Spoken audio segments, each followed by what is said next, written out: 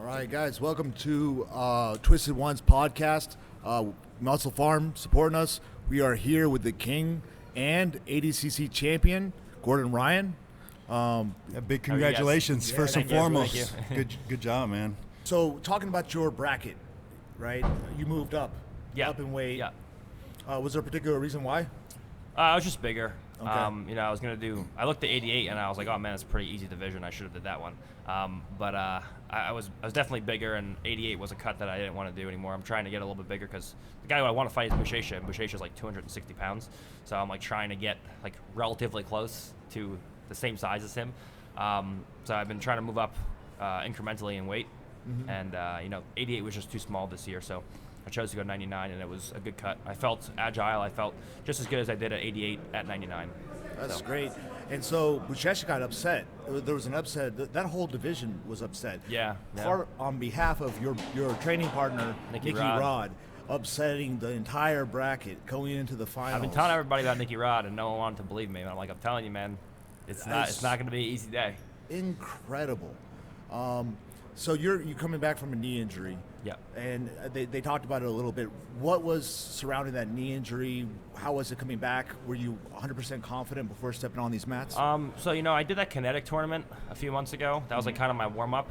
But let me tell you, it's not easy coming out and competing on the biggest stage in grappling. Right after a knee surgery. I had my surgery February 26th. So it's exactly 7 months and 2 days after my surgery. So I did the kinetic tournament, and I wanted to see how it felt. It felt pretty good there. But I wasn't really confident in the knee until like 4 weeks before ADCC. And we do a 12-week camp. So, for like the first 8 weeks, I was like, there's no way I'm going to be able to compete in this. And then like from like a Friday to a Monday, I just woke up and something happened where I was like turned a corner, and I just started doing really well with everyone, and I felt like everything was starting to come into place. So I had about four weeks of a good camp to prepare for this. So coming back from, that's pretty significant injury to get over. You had surgery. What's that? Full LCL tear. Full LCL tear. How long did you have a training camp, and what was training camp like to prepare for this stage? Yeah, it was really tough because I was like out of shape because I wasn't rolling hard at all for like the first few months, and then pretty much the camp started and I just tried to jump right into camp. So I was like getting exhausted. All my timing was off. My wrestling was terrible. I couldn't even wrestle that much. I wasn't confident, and it was just a disaster. And then the camp was how the ADCC camps always are. It's very it's a dynamic mix between standing grappling and ground grappling, and I kind of just tried to jump into a camp and do the best I can. And then, like I said, 4 or 5 weeks ago, everything just started to come together, and I started to feel really good, and I was like, you know what, I'm going to do it. So you kind of missed that burnout. Like, how a lot of guys, they start burning out right before it. Yeah, I feel like I peaked really well. That was awesome. Yeah, it worked in your favor to a degree. Yeah, a little bit. Yeah. So what was the mental aspect like going back into training? Was it exceptionally frustrating knowing that you are usually able to do some of these things? There's nothing more frustrating than knowing what you should be able to, knowing what you have to do, but not being able to actually do it physically. Like in my mind, I'm like, okay, well my leg has to go here, but it can't go here. So I was like getting beat up and like getting my guard pass and stuff by like, things that shouldn't be happening. But it is what it is, and I'm more on the cautious side with injuries. I don't want to, be 40 years old and not be able to walk. So I always nurse my injuries, like a little bit of a pussy, because I want to, get healthy and, have longevity in this sport. So I was just doing really light training at first with small guys, and then progressively worked my way up to bigger guys. I would do a lot of positional training, so there wasn't a lot of explosive movements, and then I worked gradually back up to, heavier opponents and open rolls. Gordon, how is it that you're able to take people's backs so easily? It seems like in your matches, you just seem to find the back. Is there something you do special? It's because John puts a giant emphasis on chasing the back. If there's one place that you want to be in the sport, it's on someone's back. There's a natural asymmetry in the body, in the human body, where you're very set up to deal with defenses in front of you, but not when or attacks in front of you, but not when someone's attacking you from the back. So if you can find your way to the back, you have, a large part of the game figured out right there if you're a good back take artist. So a large part of our training is just to find our way to the back, and then of course, using the back attack system to actually finish people once we're there. It seemed like most of your matches you were able to get the back and get the finish. So, of all the matches you've had today and yesterday, which of the matches would you say was your toughest? So far, it was definitely Lucas Barboza. I mean, he was the only person I didn't submit in my division.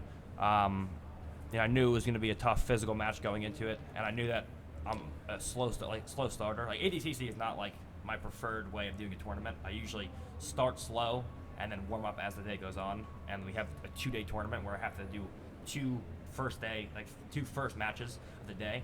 So I knew going in it was going to be tough because Lucas is just really good, and I'm just going to start out slow and then as the day goes on progress. So Lucas was definitely my toughest match.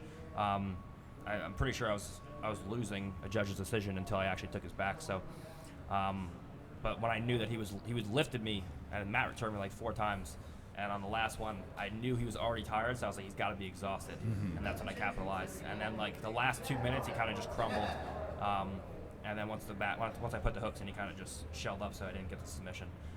But he's a gamer. He's always a gamer. I'm very intrigued about what it took to get here, especially your story through the injury and everything. Now, with that injury, you have your traditional strength and conditioning that takes place, but in your case, because of the injury, you had to balance that with PT. Yeah.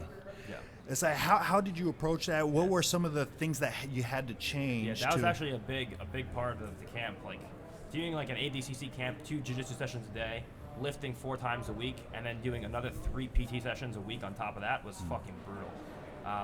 Just like having to add those on, like doing a hard session for jiu-jitsu and like finishing at 2:30 and then showering and then doing like a hard PT session at 3 o'clock to 4 o'clock and then going to the gym after that. I'm just like, oh man, this is terrible. I mean, did you ever just focus on your upper body while the leg was in the casted beginning, up? yeah, and then I started PT pretty quickly.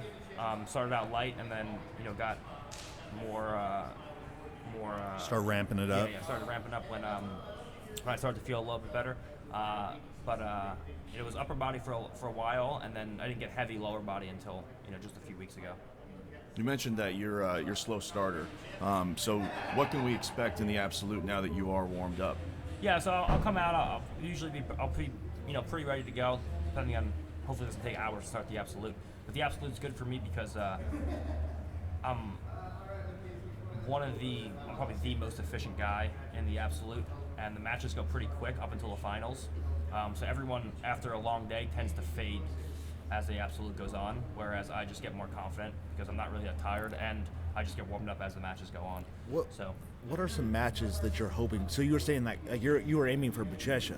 Yeah. So what are some guys you would like to like? Because everybody's like, well, I don't know who I'm going to get. Who are some guys you would like to get? I mean, like everyone says, we don't know who's going to enter the absolute, but Kanan is a good match. We competed at the Noogie Pans, and I submitted him last year. But he's been killing everyone. He just won ADCC at fucking 21 years old. So right. He's been on a tear. He won Worlds this year as well. So he would be a good match. But he doesn't really do absolutes as far as I know. He might do this one, but Nogi Worlds he didn't do the absolute, and Worlds he didn't do the absolute. You mentioned that he was going to do it this time. Yeah. Okay, perfect. So we'll have him, and then Buchecha, and I don't know who else is going to do it. Maybe anybody Orlando. on your team? I'm not sure. We have to discuss that yet. We haven't decided if it was going to be Craig or Gary or Nick. So we'll see. Quick question. You're talking about systems, right? Very Danaher-ish. Do you guys train in a particular way with those systems? Is there a particular drill system or chain system that you guys work? A lot of positional sparring. Okay. From these niche positions that we put ourselves in. Start in the back, start in an arm bar, start in cross-launching garami for leg attacks, start in mount. So there's a bunch of positional training that goes on, as well as our standing, feet to floor full roll. That's really interesting. That's going to be a really interesting topic later on. Is to see, Danaher's doing amazing with these DVDs. Yeah. You doing amazing because you put it together a system of passing and a system of leg attacks, and it's going to be really interesting to see how that changes jiu-jitsu. Because when you start to put that out to people are going to start to copy and have to do that for themselves. Of course. Yeah. We're going to change the sport. That's all I'm trying to do. Is trying to change the sport. That's exciting. Yeah. So, real quick, we have to wrap it up because I know your time is limited.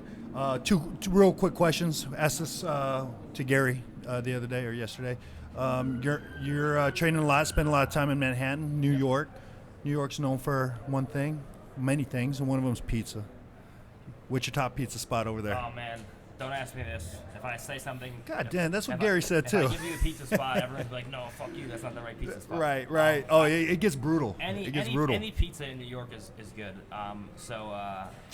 We usually just tend to go to the closest places to us. That's a soft way out. I know. That's a soft way out. Actually, Nat's favorite pizza is Domino's. Believe it or not, so we just eat Domino's all the blast. time. I'm gonna get wrecked Shots for that. fired. You guys got Marcos Shots out there? fired. You guys got Marcos? I'm not sure.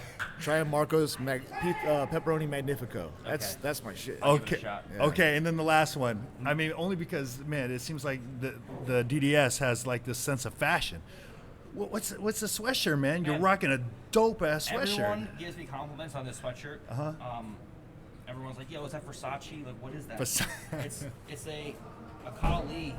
It's a picture of Kali, and our team mascot is Kali. I have a Kali tattoo, and I saw That's this. I saw this ad on Instagram. It's like $35, Kali sweatshirt, and I'm like, "Fuck yeah, I'm gonna buy that. It's like $40." So I bought it off like one of those Instagram ads, and everyone loves it. Oh, okay. So yeah, you have like a connection to it. It's your roots. So Yeah. damn, I was gonna ask you for that too, but hey, watch your back because that thing's nice. you What just is look that? it up? About an extra large? This is I think a 2X. Ah, Quick shit. question: I'm not gonna what say- is the tattoo that you would choke? So that's the biggest thing. Is you with the choke, and there's Yeah. a guy with the top hat. What's Do that? you guys know the like when you go to Great Adventure at Disney World, they have like those booths where you dress up like Yeah. like from like the 1800s Yeah, or whatever. yeah. So that was actually a picture of my grandpa. He like went to Great Adventure with my grandmother, and they dressed up and they took photos like that. Right. And I saw that framed, and when he died, I was like, oh, it's a sick picture. Yeah. Like that'll look awesome as a tattoo. Yeah. That's a picture of my grandpa, like in the little frame with the top. Oh, hat. right Dude, on. that is That's the dope. finish right Yeah. there. That's the dope. picture, and I was like, I can't even see what that. I don't know what it is, so I had to ask. We'll let you go. You know, we know you're getting ready for the absolute. Yeah, it'll be fun. We'd like to talk to you just maybe 5 more minutes after you're the champion, Of double course. champion. We'd If like not, to then see I'll that. just go home. You won't want to talk to anyone. Thank you guys. The King, ladies and gentlemen, boys and girls. Thanks, guys. Thanks for your time. Thank you.